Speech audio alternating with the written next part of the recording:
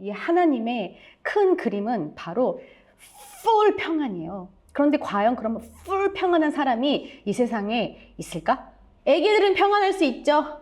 그 다음에 학생들 때는 평안하죠. 이제 학교 졸업하고 사회에 나오면은 직장 내에서도 또 문제, 그리고 또 가정이라는 걸 가지게 되면은 또 그 다음 가정과의 문제, 또 관계들의 문제, 이런 것들이 우리 삶에서 끊임없이 있기 때문에 우리가 평안하다라고 풀 스톱을 하기도 전에 또 그 다음 일들이 덮쳐오고 또 우리를 평안하지 못하게 만들죠.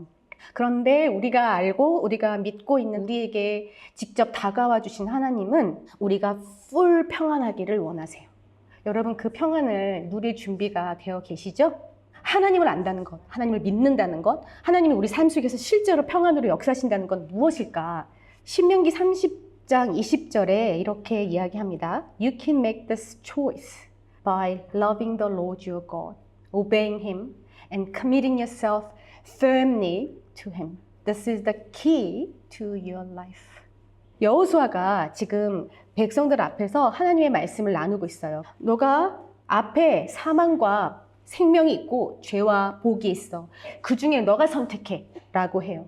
가르쳐 줄 수도 있고 알려줄 수도 있지만 사실 우리가 정말 하나님을 믿겠다, 내가 하나님 따라가겠다 라고 결정하는 것은 내가 해야 되는 거예요. 그렇기 때문에 여호수아가 You can make this choice. 선택하세요. 나는 믿을 거예요. 나는 안 믿을 거야. 이게 아니고요, 여러분. By loving the Lord your God. 하나님을 사랑하느냐 안 하느냐로 바로 이 선택이 이루어진다는 거예요. 저는요, 하나님 믿습니다. 저는 하나님께 제 삶을 다 드렸습니다. 라고 우리가 심지어 선포도 해요.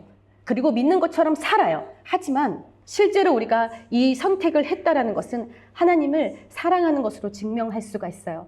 그러면서 by loving the Lord your God, obeying Him, committing yourself firmly to Him. This is the key to your life. 우리의 키는 뭐라고요? Loving your Lord, obeying Him, and committing yourself firmly to Him. 사실 우리가 바라보고 있는 삶이 얼마나 좁은지 하나님의 크기로 보시는 그 그림 안에서 도대체 나는 과연 어느 부분에 얼마큼을 알고 살 수 있을까? 큰 일을 해내고 싶고 멋지게 살고 싶다라는 것이 아니라 하나님을 믿는 사람이기 때문에 하나님이 알고 있는 것, 하나님이 마음을 품는 곳, 또 하나님이 보여주시는 것들을 보고 싶다. 좁은 시야를 가지고 있고 고작 100년 정도 사는 우리에게 오셔서 하나님이 하나님의 눈으로 보라. 하나님의 들려주시는 것들을 들으라. 하나님의 꿈을 나눠주시고 우리를 인도해 주시겠다고 자꾸 하세요.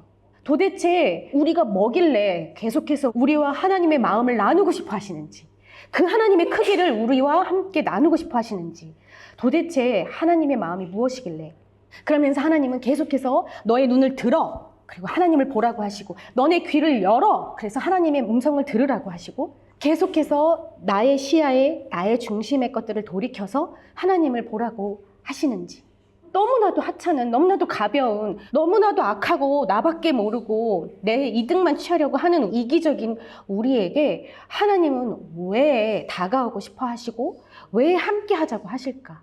하나님은 우리를 끌어안으시면서 고슴도치를 끌어안는 것처럼 모든 우리의 악함과 죄악들을 다 품으신 거예요.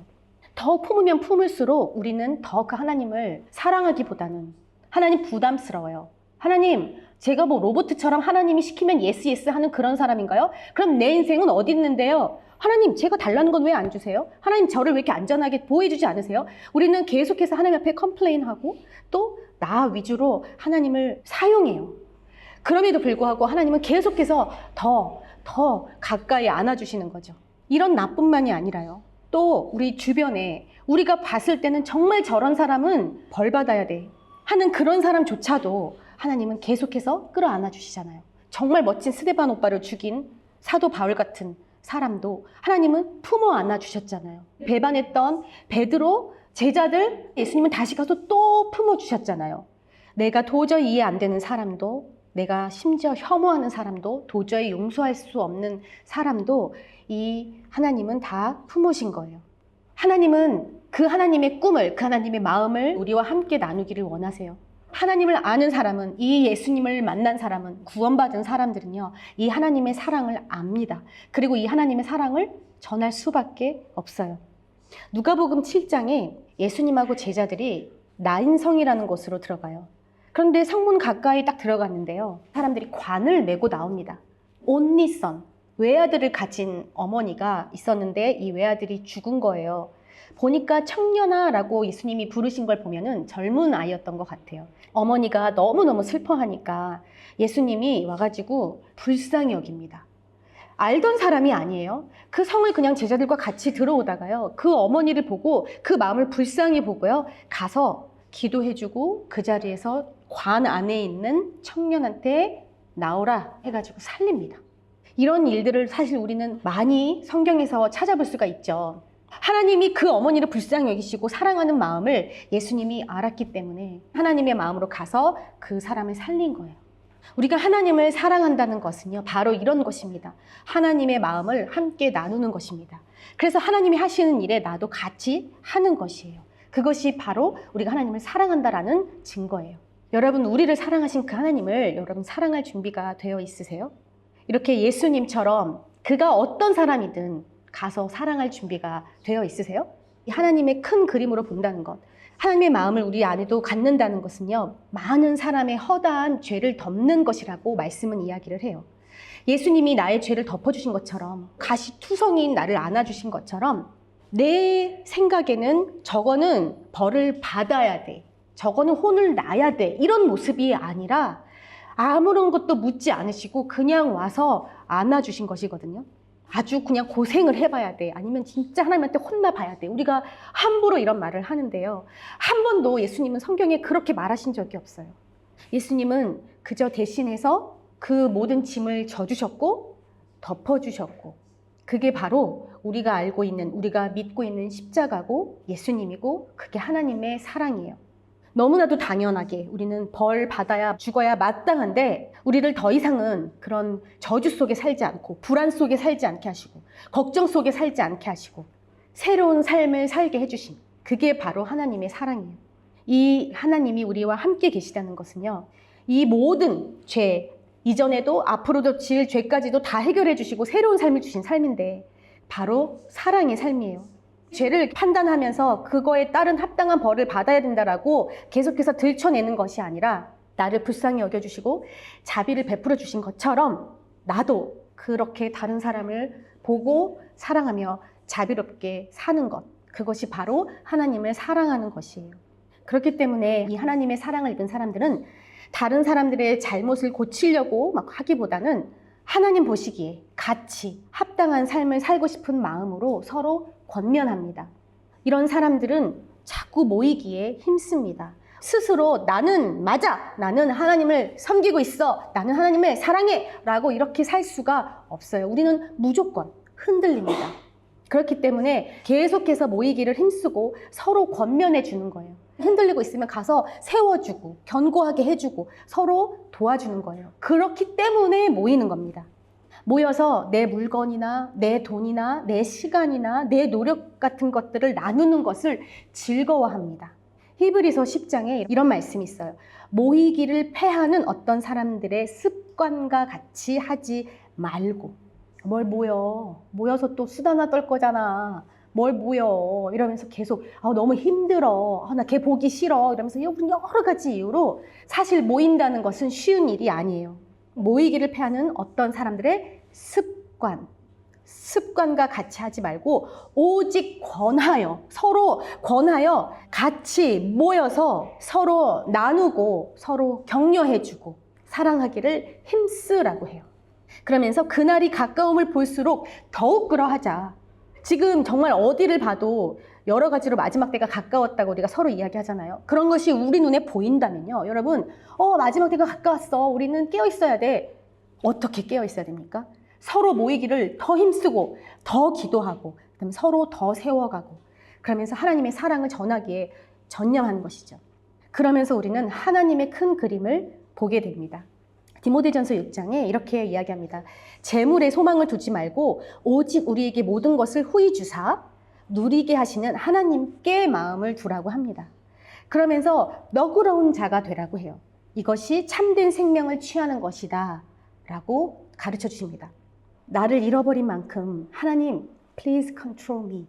하고 하나님께 맡길 수 있는 그런 관계인지, 이것은 분명히 예수님이 십자가에서 보여주셨고, 예수님이 하나님 당신이 원하신다면 십자가도 아무리 이야기해도 못 알아먹는 저 사람들을 위해서, 아무리 전해도 배반하는 저 제자들을 위해서, 그리고 저렇게 스터번한 바리새인들을 위해서, 그게 누구이건 이 세상 전부를 위해서 하나님이 원하신다면 저는 기꺼이 제 생명까지도, 그것이 바로 예수님과 하나님과의 관계였고 그것이 바로 십자가예요.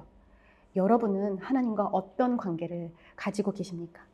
분명히 하나님이 여러분에게 보여주시는 빅 픽처는요, 여러분이 스스로 할 수 있는 게 아닐 거예요. 그건 분명히 불편한 것일 거고 쓸데없이 고통을 자처하는 일일 수도 있을 거예요. 그것은 불구덩이 고난 속으로 들어가는 것일 수도 있습니다. 확실한 건 여러분 힘으로는 할 수 없는 일일 거예요. 그렇기 때문에 하나님을 더 의지할 수밖에 없는 일일 겁니다. 예수님을 보니까요, 어떤 정말 어울리기 싫은 그런 교만한 내 정체성이, 나는 유대인이기 때문에 나는 선택받은 사람이야 이러면서 예수님을 무시하는, 정말 말도 안 되는, 하나님이신 예수님이 왔는데도 불구하고 그런 말을 하는 그 유대인들 사이에서, 그리고 자기가 아는 게 최고라고 지금 예수님 앞에서 주름을 잡는 바리새인들 앞에서, 그리고 정말 어디서 물고기 낚던 정말 일자무식 제자들, 정말 죄인이라고 손가락질 받는 그런 제자들, 이런 제자들과의 삶을 예수님은 기꺼이 마다하지 않으시고 사시면서 세계 어디를 막 두루 다니신 것이 아니라 정말 그 갈릴리 호숫가, 그 이스라엘이라는 그 좁은 그곳을 구석구석 다니시면서 그곳에서 더 하나님을 섬기셨고, 그곳에서 더 하나님을 의지하셨고, 어디든 그곳이 먼 곳이건 작은 곳이건 가까운 곳이건 하나님과 함께 있는 그곳에 예수님도 계셨더라고요.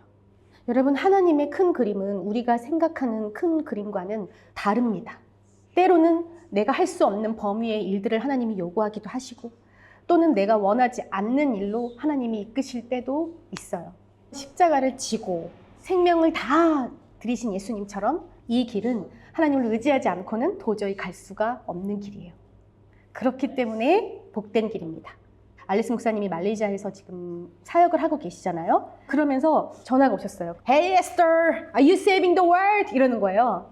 그래서 저도 물어봤죠. Are you saving the world? 그랬더니 아니, 나도 saving the world는 못하는데 최소한 조금의 체인지는 있는 것 같아.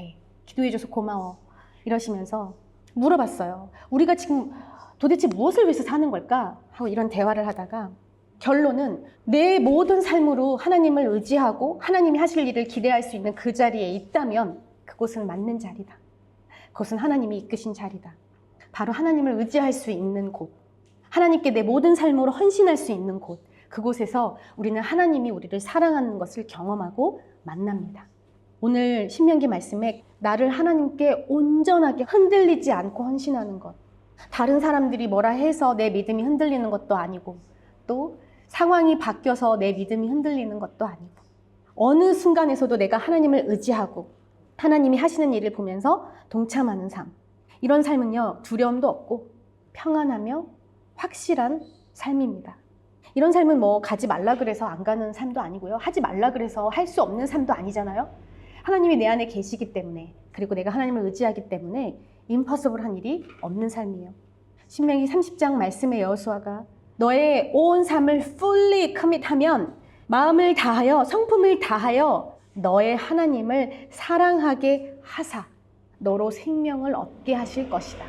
오늘날 너에게 명한 이 명령은 너에게 어려운 것도 아니요, 먼 것도 아니라 말씀이 심히 가까이 와서 너의 입에 있으며 너의 마음에 있은즉 네가 이를 행할 수 있느니라. 우리는 하나님의 마음을 모르지 않습니다. 우리는 이미 하나님의 마음이 우리 안에 와 있습니다. 그렇기 때문에 우리가 하나님 앞에 저를 내어드립니다. 제 마음, 제 시간, 제 소유, 제 관계, 내 플랜, 그리고 내 생명까지도 하나님, I love you with my soul, my life 하고 하나님 앞에 내어드리기만 하면 하나님은 하나님 크기의 일들을 우리 삶에 보여주시고 인도하시고 이끌어주세요. 우리는 그 안에서 참 하나님의 사랑을 경험하고 참 평안을 누립니다. 이렇게 하나님께 fully commit한 사람에게 하나님이 약속해 주신 것이 있어요. 이 말씀이 너무나도 귀해서 오늘 우리 성도들과 함께 나누고 싶습니다. 이사야서 58장 11절인데요. 나 여호와가 너를 항상 인도하여 마른 곳에서도 너의 영혼을 만족하게 하며 너의 뼈를 견고하게 하리니 너는 물된 동산 같겠고 물이 끊어지지 아니하는 샘 같을 것이라. 이렇게 하나님께 fully commit하고 또 하나님을 사랑하는 삶이 우리 삶에 넘쳐나시기를 축원합니다. 아멘.